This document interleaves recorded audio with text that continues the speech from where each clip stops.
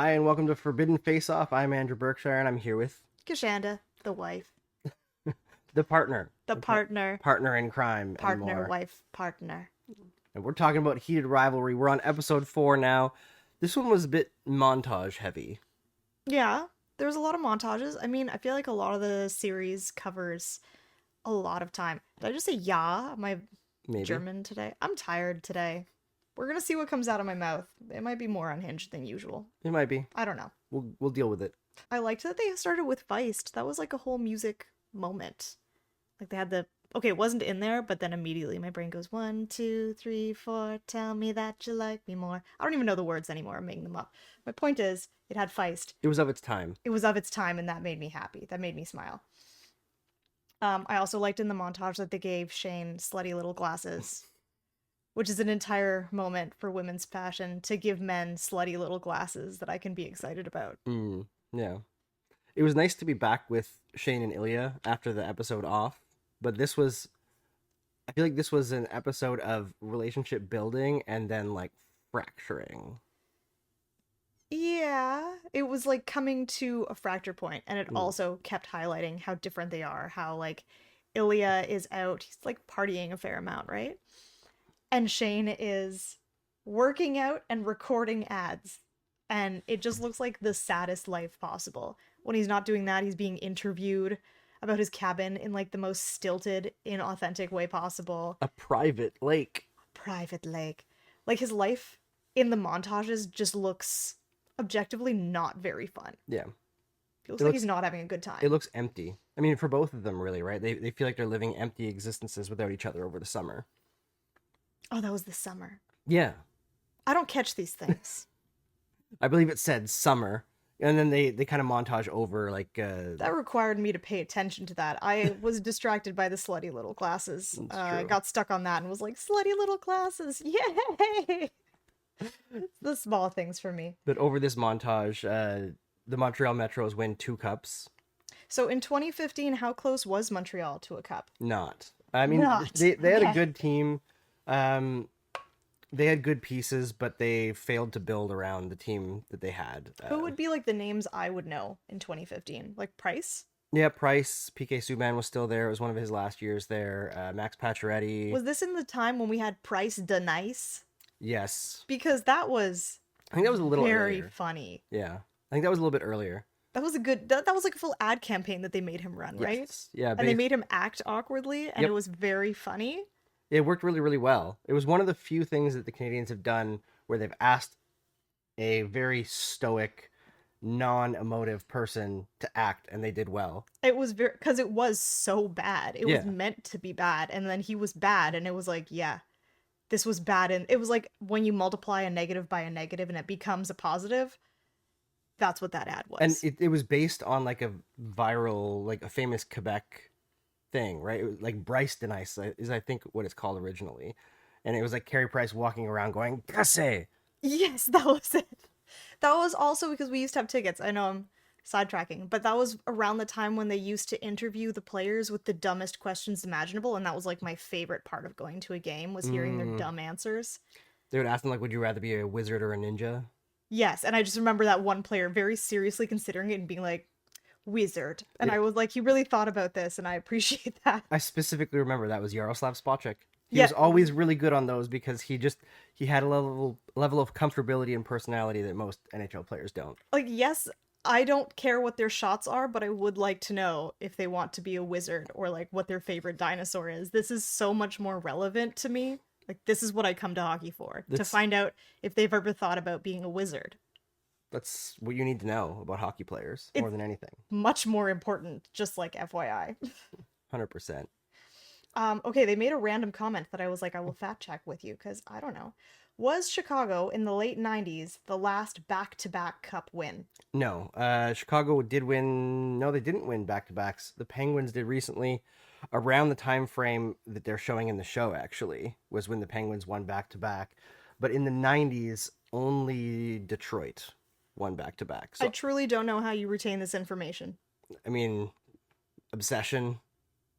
We hyperfixate hard in this household. I just don't do it on hockey. Yeah. I mean, this is not my, like, go-to ability with hockey either. Like I'm not like the catalog of trivia. I'm more of like the big pattern recognizing thing. Like I'm not a trivia person overall. Says the trivia person. I'm not a trivia person. Anyway, Lies. Liar told you this. Okay, so we had the text that you took issue with, where I can't remember who it was, but one of them says, the only cup you'll be okay. take it. Yeah. You have thoughts. Go. No, Shane says to Ilya not to work too hard in the summer because he's gonna win the cup again for like the third straight time. And Ilya responds that the only cup he should be thinking about is like the one that he's gonna take off with his mouth after. And it was like, I get it. It's the dirty talk. Good. Don't put your mouth on that. No, don't put your mouth on that. No, not on the cup. Like underneath the cup, fine, but shower first. But like not on the cup. You need a performative lingerie cup. Yes, and especially guys like this, the like obsessive, superstitious superstars that might be wearing the same cup as they've had since junior. No, thank you. There's nothing that you can do to clean that. Enough. So fun, Ilya, but no, don't do that. Don't do that. Don't do that. I mean, yeah, we're at an MMA gym. And when there is a BO day, when the BO adds up, it is rank. It is bad. It is so nasty. And that's not like exceptionally bad rank smell. It's just that you put a bunch of high-level fighters together sweating and it stinks. Yeah. I don't want to be anywhere near their underclothes. So I can only imagine that like a piece like that, which isn't washed regularly anyway, with a bunch of dudes who probably don't give a shit and don't wash it enough as even they should, in hockey gear, I assume that smells like a corpse. Yeah, I mean, to be fair, in the NHL, all that would be handled by equipment managers, and those people are incredibly professional. Okay, do you However, swap those out? Some players might have multiple, but some players are hyper superstitious, right? But the more important thing is, from someone who's actually been in a hockey locker room after a game, there's nothing you can do. Like, the gym can get pretty rank. It is nothing compared to a hockey locker room after a game. So, equipment question, because like for ballet, this is my domain. I know the ballet part. Your point shoes have a very short shelf life. Sometimes like even every show, you're going to have a fresh set of point shoes if you are high level enough and that's the amount of work you're doing. But at the very least, like every few weeks, every few months, you're replacing your shoes. Is there a hockey equivalent? Sticks? Well, Skates? sticks can be multiple a game because they break so often. Because people slash in the NHL, and also the kinds of sticks that they have now, like they're built to be very whippy, so they take a lot of abuse every shot, every pass, even. But like skates, I think they go through. I think it's around 3 or 4 pairs a season, maybe only 2 for some people. They go through a lot of equipment. They're oddly, I always used to think that gloves they would have like one set of gloves per period so that you would have dry, but I think they just put them on a warmer, like a heater, like a drying rack in between periods. So a lot of that stuff, right? Well, like, I mean, what you learned from boxing is that does not take away the stank. no, it doesn't. It doesn't. You got to do something else too. But yeah, gloves are gross. I mean, that's why like when people face wash in hockey, like it's not just What is face wash? They take their hand and go like this. Why? Because the glove stinks. So you put it in their face. It's punishment. Yeah, it's like an agitating thing. So they put the glove in your face and they rub it, and then you get like the glove stink on your face. That's so gross. It's so gross. Why are men like this? Why are men? I don't know. Okay. I would love to answer for us, but I can't. I just default to why are men? It's a good question. There are no real answers. I don't know. Anyway, back to the actual show. We both really enjoyed this next scene because we have kids of Shane's teammate, and they go out to a projection thingamabob. I will first say those projections, I don't know if they were in the city in 2015. Presumably, yes. Every single time they're in town, I look it up because every single time I think, damn, my kids would love this. And then I see the ticket prices and I'm like, damn, I will not be paying this. Yeah. So already I was like, yes, this is rich hockey player money. This shit is so unaffordable. I think it's like $200 for a family to go. I might be exaggerating. I just remember the last time I looked, I was like, ha ha ha, no. Yeah, there was some And like then I closed the illumination tab. thing. There was like a Disney sponsored one that was like There was the 89 per Disney person. It one. was I think crazy. there was like an Egyptian mummies one at some point. There was Monet. They look really cool and beautiful. It's not in my budget. No. No, we're not doing that. But we're also talking a lot about how this was a really creative use of voice to show children in a scene without ever having to pay for a child actor, Yeah. which I think is smart. I mean, child actors can be hit or miss. You have restricted hours. It's harder because you want to make sure that their work conditions are safe. So it was a really clever way of just using some background noise to show children without showing the children. Also, the fact that he's like, oh, was it Ruby? Like he's like, I know which kid's causing trouble. And Shane's like, how do you know? You know. You always know. There's a troublemaker and you know which one it is, and you can hear it. You can hear it in the tone of the screeching. You know exactly who did what. Although I feel like yelling, "You're the worst one" at your own kid. That's not cool. Not great. I mean, have I jokingly yelled that to both our children? Yes. Have you? Yeah, but I'm like, oh man, you're the worst. I can't believe you Oh, beat okay. me. You're the worst one when there's like multiple kids is like a little bit too much. I mean, 4 kids is a lot of kids. It is a lot of kids. I know some people want the big families, and obviously, like that's your choice to make. Clearly, to me, 4 makes me feel like I would break out in hives. That's a lot. That's a lot. I think it is much easier to have 4 kids when you have Millions more of dollars. disposable income. Yeah. Yeah. I mean, everything just adds up. Sure, the clothing you can reuse, but then like the shoes, because your child drags their toes, so they're all worn down. And then you get to an age where all of the pants have holes because they like to like knee slide on everything. It's all expensive. And then school fees, and then outings, and then daycare. Like, it's a lot. Sports. Just the time investment of getting all of them in different activities and stuff is crazy. Managing homework. I can't imagine managing homework for 4 kids. Seriously. That's a lot. That sounds terrible. I mean, at that point, you're just sort of throwing the homework at them and being like, you guys need to do this. Best of luck. Yeah, like parenting like previous generations instead of what we're expected to do. Yeah. Just actually being involved. Also just hard to be a larger family. Like, society is set up for a family of 4, for better or worse. If you go out to eat at a booth, the booths are for 4 people. Cars generally max out at 5 people total.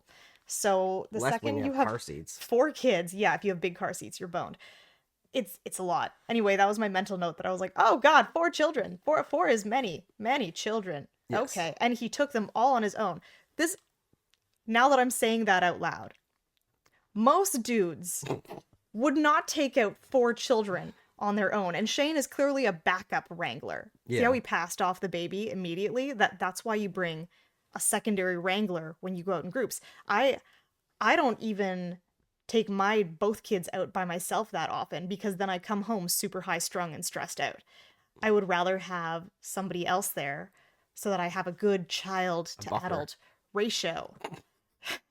And then I can keep tabs on them, because for a while there was a very long time where no matter where we went with our kids, they would both take off running in completely opposite directions. Yeah. And then you'd have to guess which one was more likely to seriously injure themselves and then run after them. So like taking 4 kids to a projection area, personal nightmare fuel. No, thank you. Yeah. And having them run around in the parking lot also. Where they're Don't like run in the parking lot. Dude, I've worked so hard to get my kids to not run in the parking lot. Stress. I did like that they are like joking about vasectomies, because I think more men should be open to vasectomies. I mean, a hell of a lot invasive than less invasive, you mean? Yes, it's less invasive. Thank you. It's less invasive than the same style procedures for uterus owners. So it just feels like dudes should step up to the plate more, and it should be more of a viable option. So that was cool to see him. Did he say he got a vasectomy, or he was just like, you should get a vasectomy? He was going to, because he said that his partner was pregnant again. So, yeah, I mean, as somebody who's had one, it's very easy. It doesn't take very long. And when I tell my women friends about like the care quality, they get really mad because you have like Because you're treated like a king, and Yeah. when we go see OBs, they're like, best of luck. You might pass out from the pain. I hope you don't. yeah. And just to be fully clear, women will experience significantly more pain most of the time with an IUD insertion than a man will from a vasectomy. They freeze it up. You don't feel anything. There's not even a scalpel anymore most of the time. It's like a pressure thing, and yeah, it's really quick, easy. Versus, I mean, you can even just see the clamps they use to pry the cervix open to put in an IUD. And Yeah, it, it's it looks like a horrifying. torture device. It does. And then you're like, right, that's why I was bleeding Mm. after. Yes, correct. Because I forgot to bring a pad when I got one put in. And then my OB had to be like, here's a pad. There will be blood. And I was like, oh, Whereas I didn't think of that. for the vasectomy, the like disinfectant stuff that they put on your skin, they even warm that to body temperature so you don't feel cold. Well, I'll have you know, my OB always says, sorry for the cold. So that's what I get. Yeah, it's a different standard of care for the different genital owners, we'll say. But yeah, it was interesting from that perspective. But then it kind of shifts back to Shane and Ilya, which I think It's, is where the series really shines. Yes. So it's Ilya watching Shane do his little interview about the cottage. And here I feel uniquely qualified to add my 2 cents. Shane does yoga. Let us discuss. Shane moves into a cobra posture. Shane's shoulders are a little elevated. I feel his traps are a little tight, and he has very little upper back thoracic extension, mostly using the lower back, which isn't great for yoga. I would say he really needs to work on his thoracic extension to improve his cobra. That's a personal take. And he should be pulling his chest through the arms more. I don't know if he's not as good at yoga or if he's hindered by a stiff upper back. These have been my cobra thoughts. Thank you. You're very welcome. In case you didn't know, Kishanda teaches flexibility and like helps train people, so she knows about this stuff. This is my jam. This is her thing. This is my jam. I enjoy looking at people doing flexibility moves and then seeing what I think about what's happening where. I especially like doing it in the gym because they're usually not very flexy. But then I have to stop myself from being like, good sir, perhaps you should not be doing it like that. And I have to just be like, nope, not my place, not my place. But I'm thinking it. If you work out around me and you want to know if your flexibility work is good, just tell me. I would like to share my opinion. But in their relationship, it seems like the tension of the previous couple episodes is kind of eroded a little bit. They're a little bit more playful, especially in texts. I said eroding in my notes too, but not you? in that context. Ah, I said you can feel the secrecy eroding their relationship. I also felt that. And you could feel the strain on it. But I thought it was really interesting that it seemed like Shane was trying to be more emotionally there for Ilya in this episode and starting to like break his own like rules per se. Like he's clearly got a very strict routine that he follows. They've both clearly caught feelings, but are not quite ready to say they have caught feelings. Yes. So when they finally get to hook up in this episode, they have their like all night romp. And then Shane. Okay, was it all night? Because the lighting threw me off. It looked like it was afternoon and then afternoon again. Oh, I don't know. And I was confused. I just got the feeling that they were trying to say that they were. I just at it for a assumed while. there was passion. much afternoon delight. Several hours worth. But then Shane gets convinced by Ilya to stay when he said that he was going to be back, which All was right, like, there, Maria Reynolds. right. It was interesting, and like, like it's a big move for Shane. I think more than anything is he's willing to break his routine. Yes, I also enjoyed that because I know I talked about the hotel rooms they had before where they looked really fancy. This hotel room, this looked like what I was expecting, where Shane is trying to leave his teammate and he's like, I'm going to do totally normal friend things. Farewell. And he's like, you can just say you're hooking up with someone. He's like, I didn't say that. What? That's absurd. I'm not, no. So defensive. So defensive, so bad at lying, so autistic that he feels like he has to justify what he's doing when, like, dude, you could just say, I'm going out. And if he says, oh, to go have sex, you can be like, haha, whatever you think I'm doing. Like, you don't actually have to tell anybody any of that. But he's so stressed about this lie that he feels he has to construct it. And then, yeah, he does stay, but it's always light in the house. Yeah. So I don't think they overnight it. They plan to overnight it. And then it doesn't work. You think? I thought it was like the next morning because he said he missed a team practice. Did he? See, I was unclear. I did not see a night shot. Didn't they? They fell asleep together, I thought. Yeah, but then it was light. It was light before, it Mm. was light after. Either they went to sleep super early, or I assumed they just had a nap. All right, clarification, Jacob Tierney. We need it. But I think it might just be Hollywood. Like, not Hollywood, obviously, but It's like entirely movie magic, possible. right? They want good lighting. But the next morning, Shane gets made a tuna melt by Ilya because he's making one for himself, so he makes two of them. And they kind of have like a relaxing, normal, snuggly morning until Ilya gets a phone call from his dad and is left in a much more emotionally vulnerable state. He has to call his brother and like ream him out for again not taking care of his dad, who's going through dementia of some kind, or Alzheimer's, and losing his grip. And Shane, from my perspective at least, I thought he was trying to be like emotionally available for Ilya, and then they start hooking up, and Ilya says Shane instead of Hollander. You think that's what throws him off? I think it's that and the fact that Shane, it looked to me like he was about to say, I love you. And then he was like, whoa, no, no, can't do that. And he just freaks out and he's like, I can't do this, and leaves. I could see it. So this whole scene, I had a lot. I had a lot of things that I was thinking. Primarily, first, that it was a very good Canadianism that Shane was like, should I take off my shoes in your house? Because, yeah, you should always take off your shoes. I don't understand Should. keeping your shoes. As a good Canadian, I don't understand shoes inside of a house. It's icky. I also think we're all over the place. We're scattershot today. Shane has excellent pelvic mobility. You can see his pelvis rock back and forth. There's a lot of movement in the hips.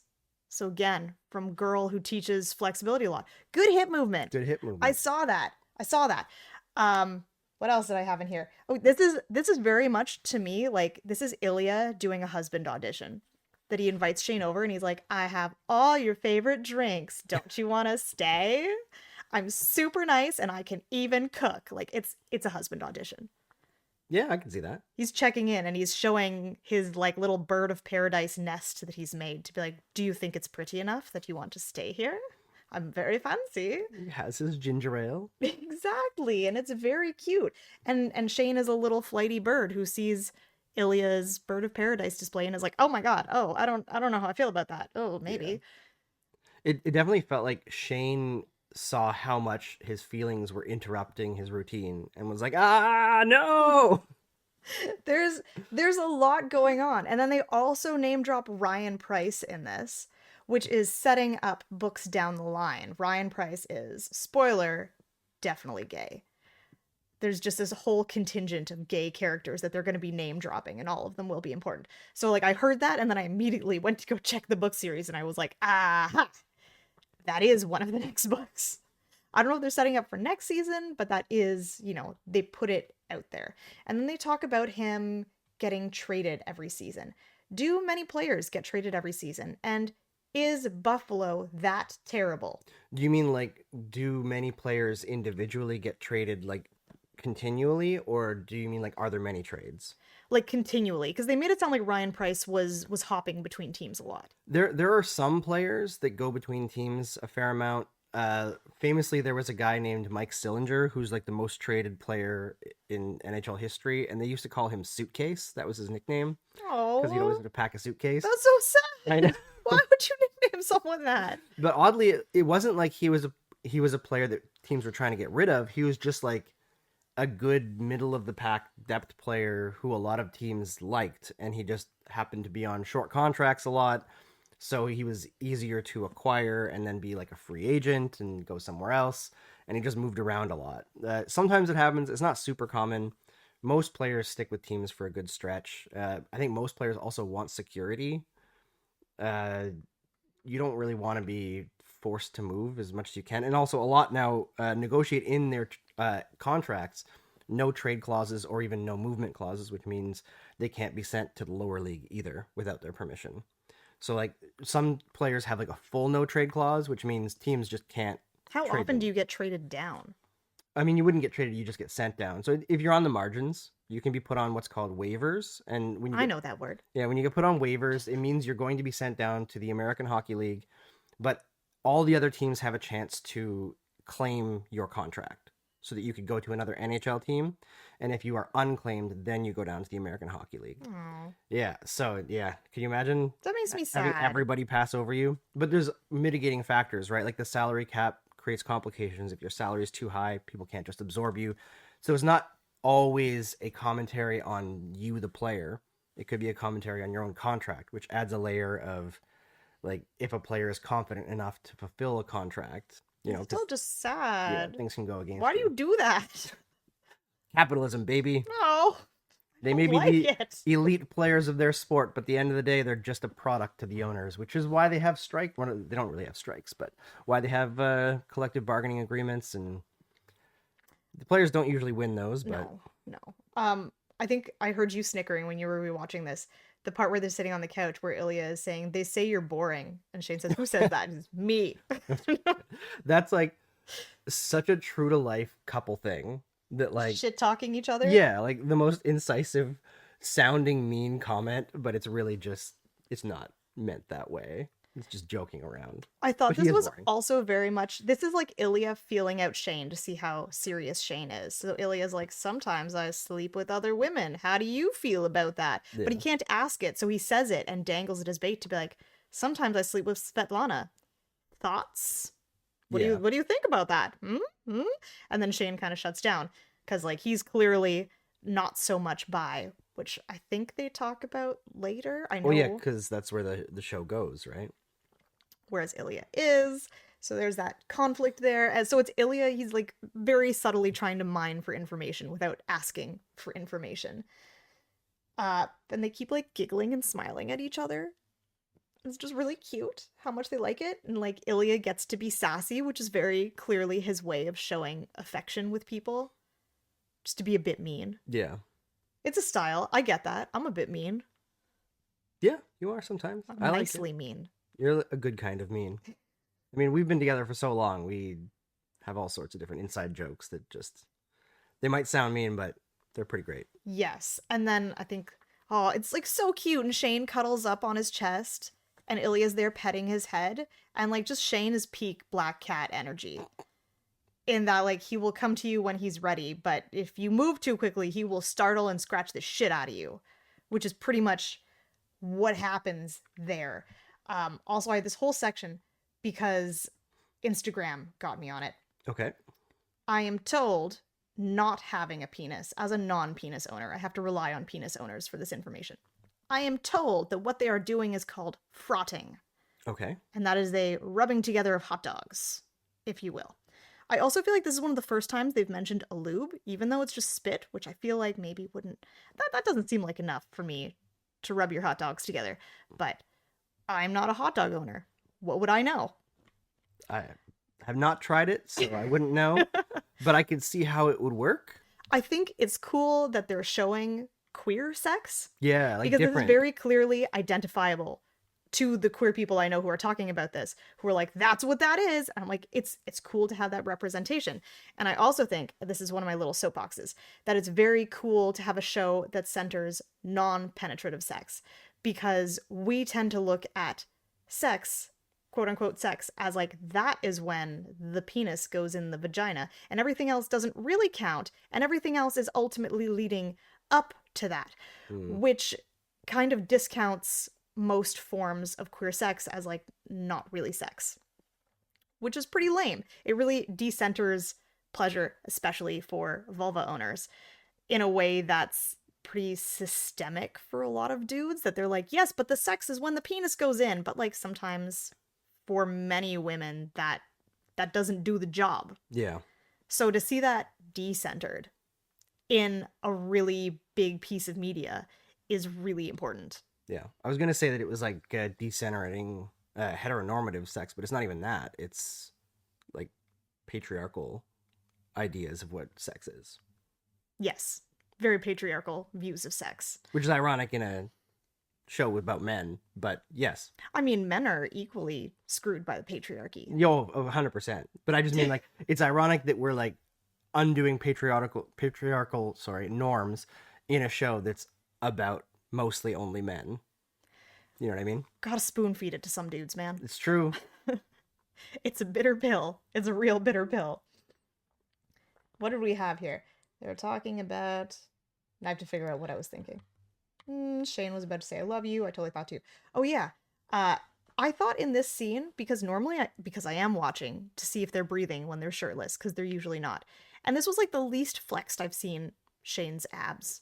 And I feel like he was maybe not concentrating it as much because he was really showing the emotion in the scene or was too distracted by the emotion. I liked that. I'm just pointing out he wasn't flexing as hard, and I appreciate that. I don't think you have to be showing your abs all the time, but I understand that for men there is like a pressure to look ripped. Yeah, all 100%. the time.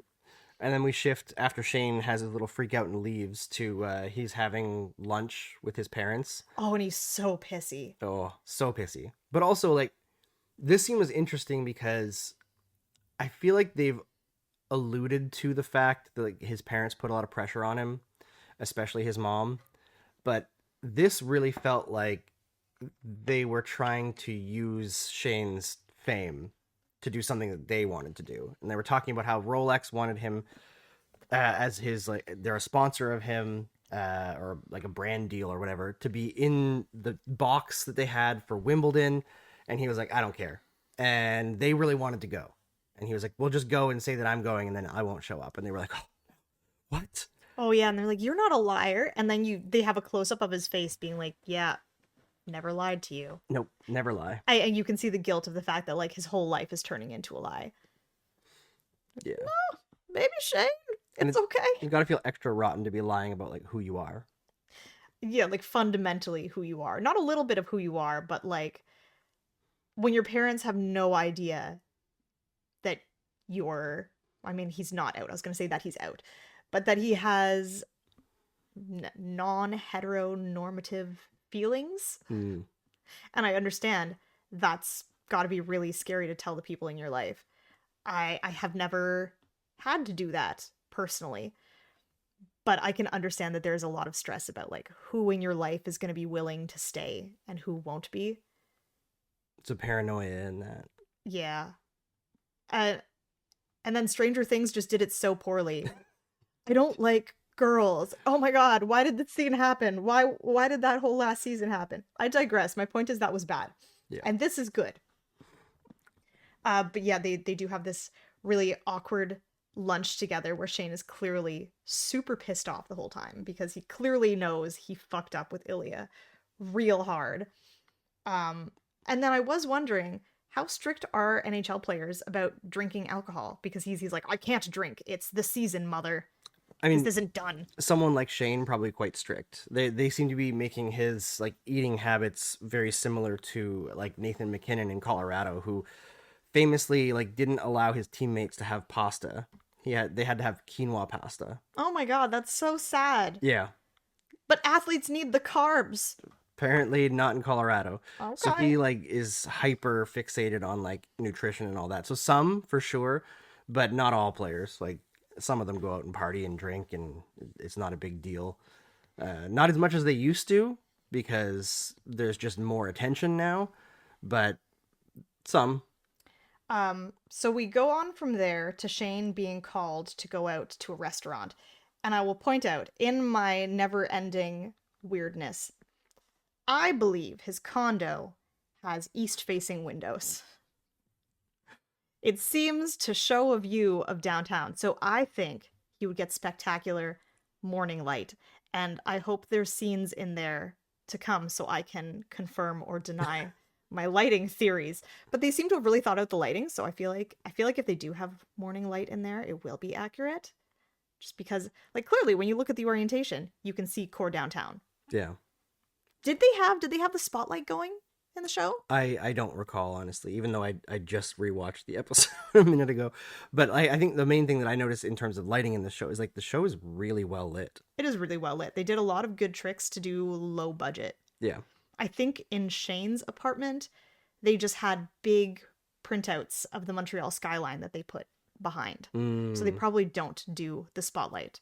If you're not from Montreal, there's a spotlight on one of the buildings that goes round and round and round. I don't know what building it is. I call it the Batman light. It used to be at that Club 747, right? Oh, but that's not yeah. there anymore. It's something else. But I digress. Anyway, he goes out to this restaurant because his friend convinces him to go. Because they're filming X Squad, which is Clearly X-Men, which did happen in Montreal around this time frame. So I find it consistently interesting that they're pulling real life things and kind of twisting it just a little bit to get past copyright and keeping the show. The girl that is there at the bar, Rose Landry, is very clearly meant to be Jennifer Lawrence. Was this Days of Future Past that would have been filming? Yes. Yes, because they filmed that near the Palais de Justice in Newport. Yeah. And then they put the fountain that's there, they put it so that there was like pretend birds on sticks, and then Magneto used the birds on sticks to capture something. Beast? I don't remember. I don't know. It wasn't a good movie.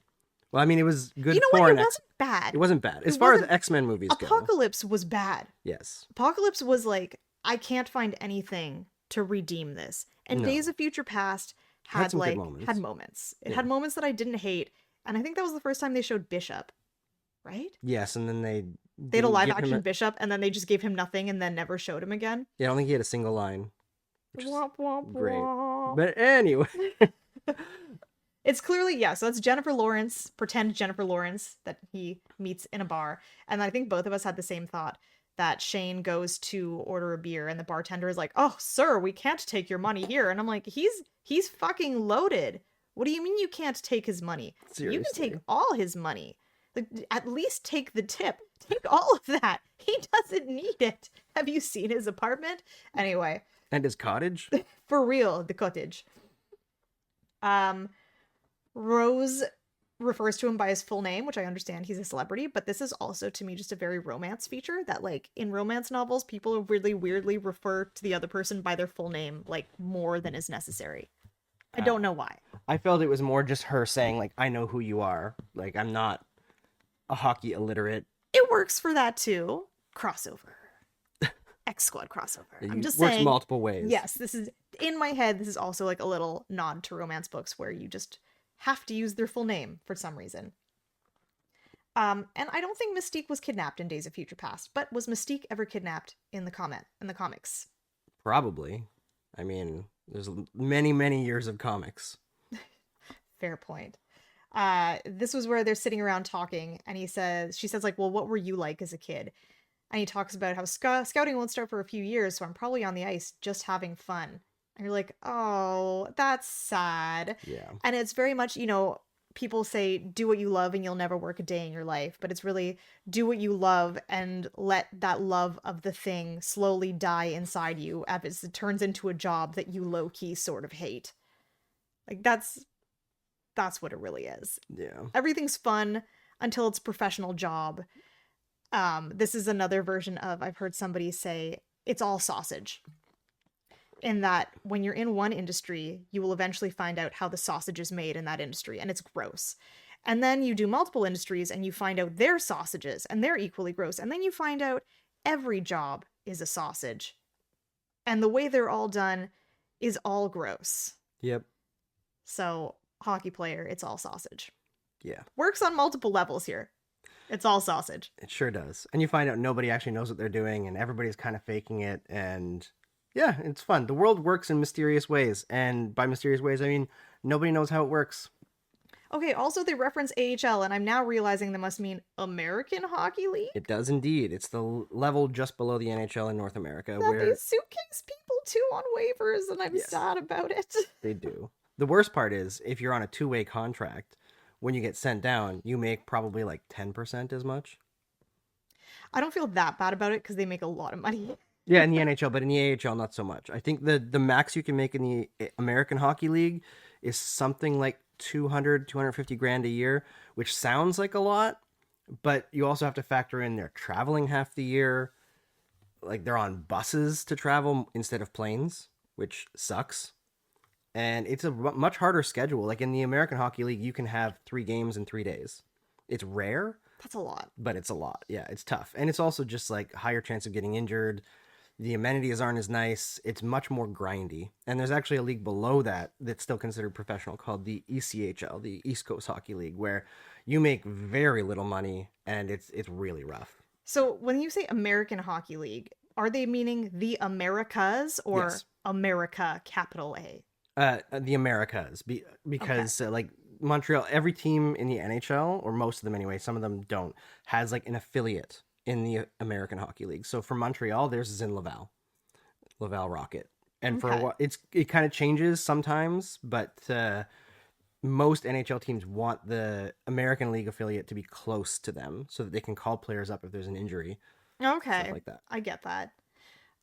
So we kind of move on to Ilya finds out about Rose watching TV. Well, I mean, they start dating. I mean, that's like the big thing. Yeah, that's it. They, He sees that they're dating and that they're yeah, like, these two have never been happier. And he gets so pissy.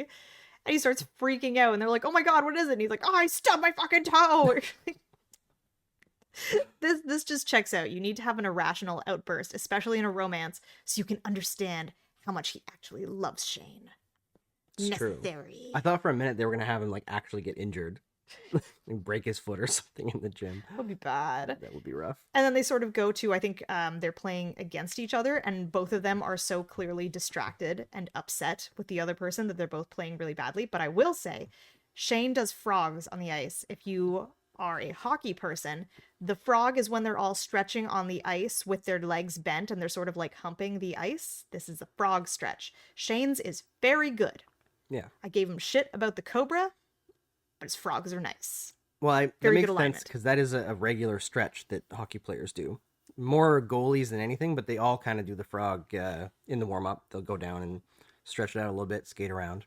Very helpful, really helps open the hips. And I guess you kind of do need a lot of external rotation to push off your back foot Mm. to get more power when you skate. I can't skate for shit, but I know that. You know the mechanics of it. I know the mechanics because one of my very lovely students came to skating with us and was like, let me help you. I was like, thank God, I can't skate.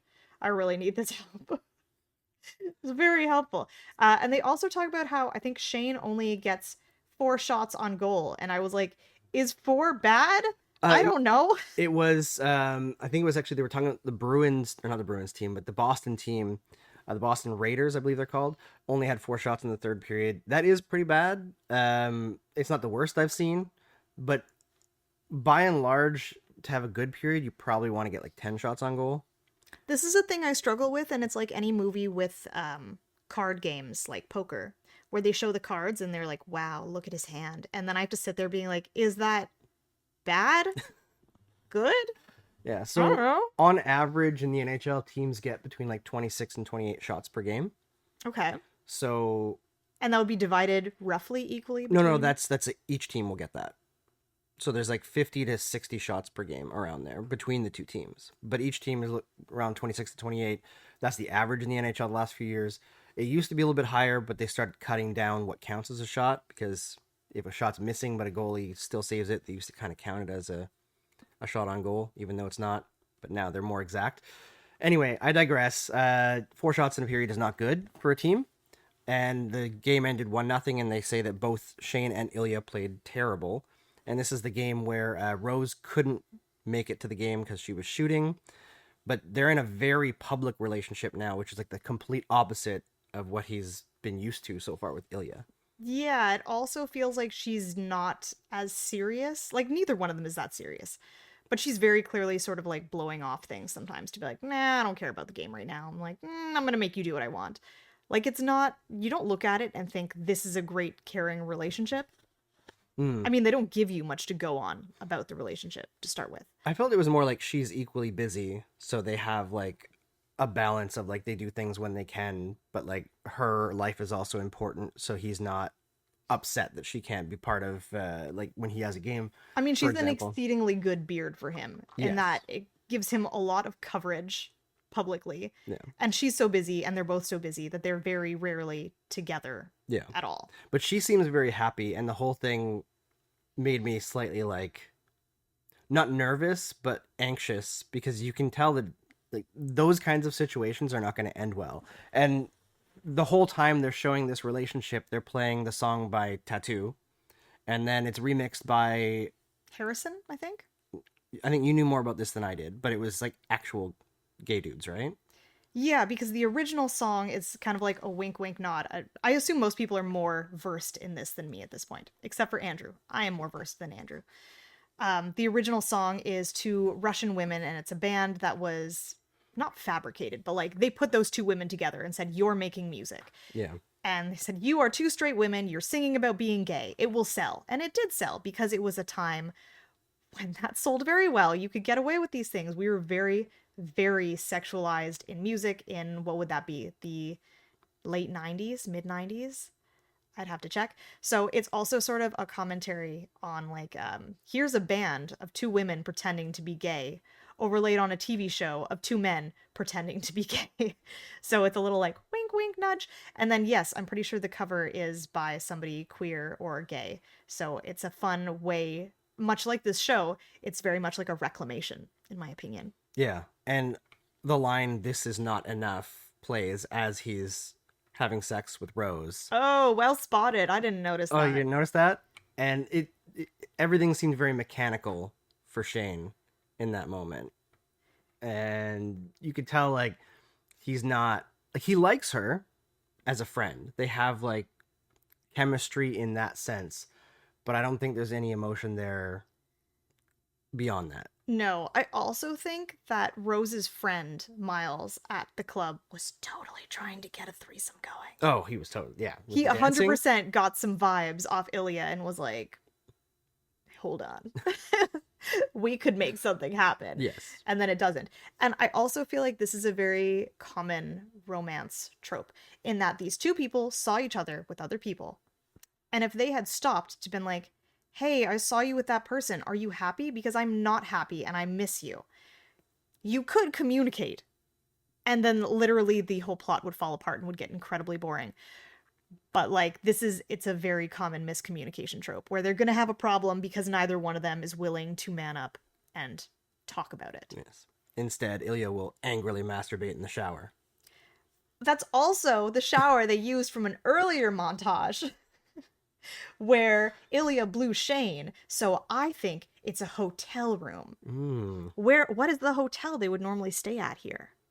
I have no idea. Maybe the Crystal? It really depends on the Crystal team. would be a very good location. Right by the Bell Center. It's a very nice apartment. Not apartment. It's a very nice Hotel. Thank you. Brain stalled out. It's a very nice hotel. That shower looks fantastic. But I was like, oh, it's the same shower. That's where they've been hooking up sometimes. So I assume that means that when they are here, Ilya pays for his own room. I would say so. No. The team would pay for it. But why would they pay for such a nice room? Why wouldn't he have a roommate? Because you're not inviting Shane over to fuck around in the shower when you have a roommate there. Sometimes you have roommates, sometimes you don't. Depends on, like, veterans can kind of get their own room. Would Ilya be big enough to have his own room? Oh yeah, I mean he's won a their Stanley star? Cup. He's their star player. Yeah, he could definitely do that. Okay. But it seems like Shane has a roommate on the road because he just doesn't have the ego necessary to ask for his own room. That would be a really good character. I mean, that makes sense for the two of them, right? It does. That Ilya is willing to be like, "No, fuck you. I want this." And that Shane is like, "I will be a good team player. Yes, put me wherever you need." It's just another one of their, like, little differences. But yeah, that's where the show ends, is both of them kind of miserable, and I feel like you can see, like, the impending friction that's going to happen. I will random notes on this last thing that I thought. I'm sorry, they're so useless. Rose gets undressed and her thong is just flat across the top. And I feel like this is actually very good costuming detail. Because currently, if you're wearing just a thong, you'll see women hike them up. To be fair, I do run in pole circles with a fair amount of sex workers in them. That's how thongs are worn in the communities I run in. Super duper hiked up, which makes a really nice long line on the leg if you're just in a thong. And I was like, oh, Rose didn't do that. That looks weird. And then I didn't know if that's just how everyone still wears it or if that's just the circles I run in. I don't know. That's my thought about her thong that you can now enjoy. And also that Shane having sex with Rose reminds me so much of, I'm going to forget his name, Gambit when he did that TV show, Fill in the Blanks, husband. You know exactly what I'm talking about. Gambit, like, the guy who played Gambit in Deadpool? In the detective show. We can do this. Oh, You Taylor got Kitsch in True Detective. Thank you. Taylor Kitsch in True Detective. I just needed him to word for me. In the Bad season 2, where he's... The Bad Place season. Yeah.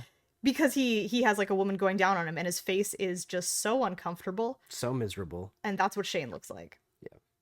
So, Obviously not a reference to that, but that's the reference I took. yeah. That's what we had for Heated Rivalry episode 4. We'll be back at it for episode 5 shortly, but I'm excited to see where this goes. I know 'cause, exactly where it goes, and I'm yeah. excited. Yeah. We got 2 episodes left in the 2 highest rated of the season, so I'm pumped. We're going to the cottage, guys. It's We're going happening. to the cottage. It's happening. Get to see Ilya eat lots of pasta. I'm so excited for the pasta scene. All right, we'll see you next time.